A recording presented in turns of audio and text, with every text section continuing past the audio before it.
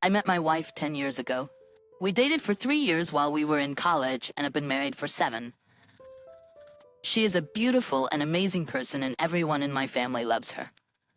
4 months ago, I discovered that my wife was having an affair with a mutual friend of ours. It lasted for 1.5 months. She was acting very suspicious at the time, ignoring my messages and turning me down whenever I tried to initiate sex. I had a feeling something was wrong, so I snooped around, but I found nothing. Eventually, I hired a private investigator, and within 1 week, I had proof that she was having an affair with our mutual friend. I immediately confronted her and she confessed to the affair. She started crying and begging, using all the classic cheater moves when caught. I asked her for all the details, including a detailed timeline. That night, she gave me everything. It turns out she was using another phone for her affair. She told me that she had only had sex with him 4 times, and the rest of the time they were just hanging out and having fun. 3 days later, she was still crying and talking badly about herself. She assured me that she had deleted all contact with him and was willing to do whatever it takes to make our marriage work. She even suggested marriage counseling, but I declined and told her to leave me alone. I was hurt, betrayed, and humiliated. She moved out to her parents' house and started texting me every hour, telling me how much she loves me and how she regrets her actions. After completely ignoring her for 2 days, I finally texted her that we were getting divorced. She freaked out and had an emotional breakdown. My phone was blowing up with messages from her parents, sister, and friend, all begging me not to end the marriage and to give it another chance. Later that day, she made a long Facebook post explaining how she messed up and destroyed our marriage, essentially admitting her affair publicly. But I was firm in my decision. She even suggested taking a lie detector test to prove that she had never cheated in the past, but I asked for some time alone to process everything. We have been living separately since then, and this all happened 4 months ago. Last week, I asked her for a divorce, and she started crying and begging for another chance. After that, she visited my parents and asked them to convince me not to get a divorce. Last night, my parents and her parents tried to convince me to work things out. After she made her Facebook post, all of our mutual friends were telling me how brave she was to admit her affair and that she loves me. They suggested I at least give her a chance. I am on the edge of a breakdown. She is truly remorseful and regrets this. I can assure you of that. I do love her and her cheating on me hurts the most. I don't know what to do. Has anyone else reconciled in a similar situation? How are things going? We don't have kids. We were planning to have kids after the pandemic was over. We both own a business and work together. I haven't talked to her in almost 3 months, only about business-related matters. Here's the update. After reading all your comments and private messages, I decided to talk to my parents. I called them and told them that I was going for a divorce. After an hour, she called me crying, begging me not to end it, and asked to meet in person. Since then, I haven't seen her or talked about the affair. Every time we talk, I ignore the topic. She told me she would explain everything and asked me to at least hear her side of the story. She promised to respect whatever decision I make.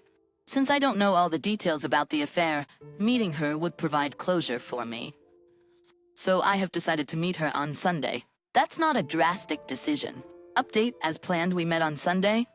She seemed quite miserable. We talked about our relationship. I asked her to take down her Facebook posts, which she did. I also asked her about the affair and why she cheated on me. She admitted that she was dumb and selfish at the time. She didn't blame me for the affair. She explained that she was casually talking to someone and he started talking about his affair. She showed me text messages between them where she was bragging about how much fun he was having outside of their marriage. She told me she was curious and one thing led to another. There were several texts where he was guiding my wife on how to hide the affair. He even suggested she buy another phone and keep it in her car at all times. I took screenshots of everything. She then asked for my forgiveness and I forgave her. However, I couldn't get past this. Divorce was my default option from the beginning. She begged to try marriage counseling and promised to never date anyone else again. If she does, it would be me. I don't really care. We will still work together as this was our dream project. As for our mutual friend, last I heard he and his wife decided to reconcile. As kids were involved, I really feel sad for his wife. She didn't know what kind of monster he is. We are getting divorced. I have decided not to be in a relationship ever again. Update. Everything in my life is falling apart now. 3 days later, I told her my decision. She drank phenol. Fortunately, she was saved and is currently in recovery. I am visiting her every day and checking up on her. I feel extremely guilty and remorseful. We have decided to reconcile and work on our marriage. After a month, she will be fully recovered, and I will have to move out of the country to start a new life there. In these 2 weeks, I've been called a heartless bastard by everyone in our friend circle.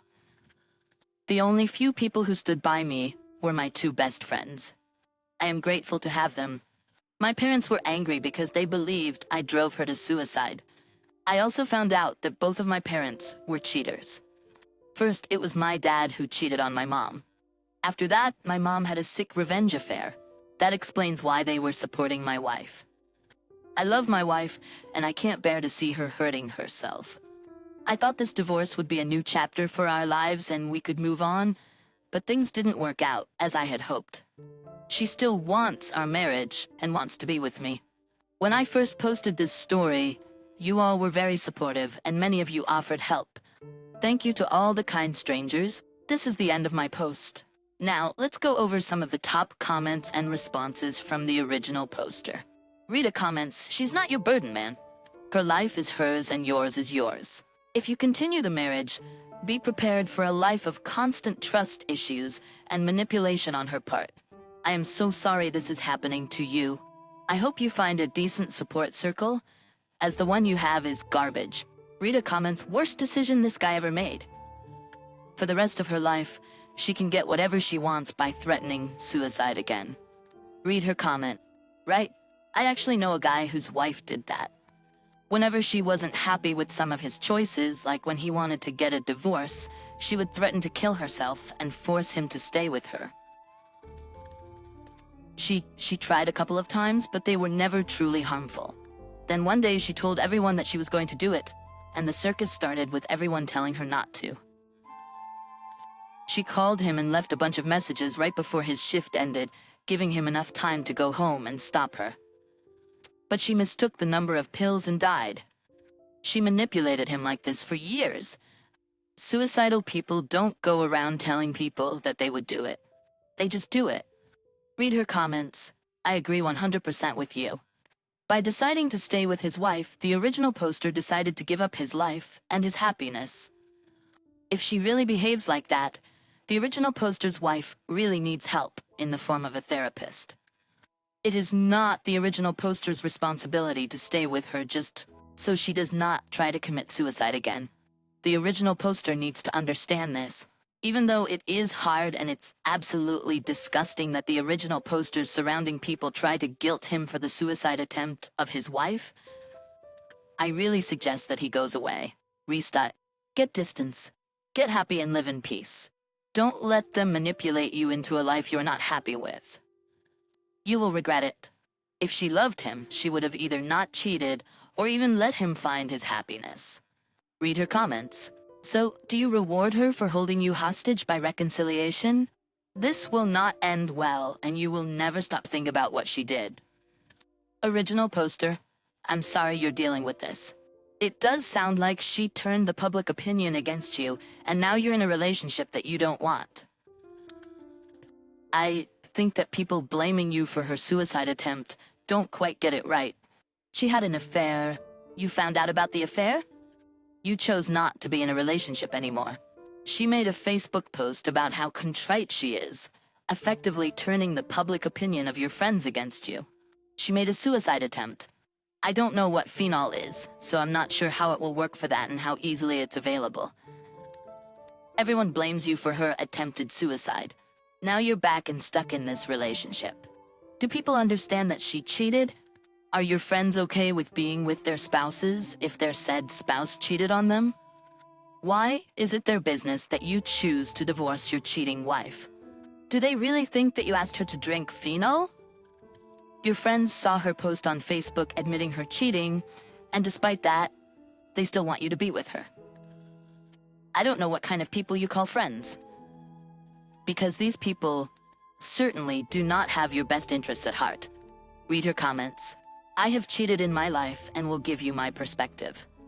Please do not trap yourself in a marriage just because she attempted suicide. This is something you need to discuss with your wife and the marriage counselor.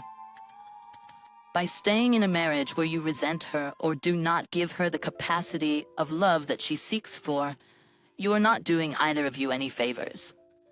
That would be a root cause for future headaches for both of you. Do not be guilted into staying. Your wife's mental health is fragile, no doubt, and needs serious medical attention. However, you can only do so much. This is her own doing.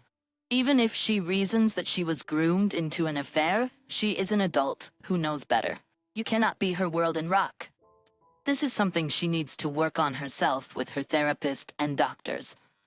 Make it clear to her that using suicide to keep you is akin to keeping you imprisoned in a loveless marriage, and you should not be punished for her mistakes. As for your parents' crappy beliefs, don't give in to them. This is your life, not theirs to deal with. And in fact, a huge challenge like this shows you who your real friends are, and makes it clearer who values you and will be there for you through thick and thin. There are relationships that can move past infidelity, but it's an uphill battle.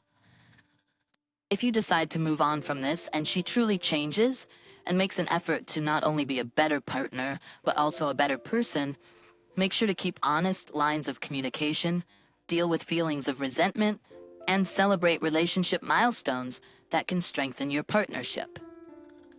I know it's hard, original poster, but with the support of your true friends and a counselor, I hope things will turn out fine for you.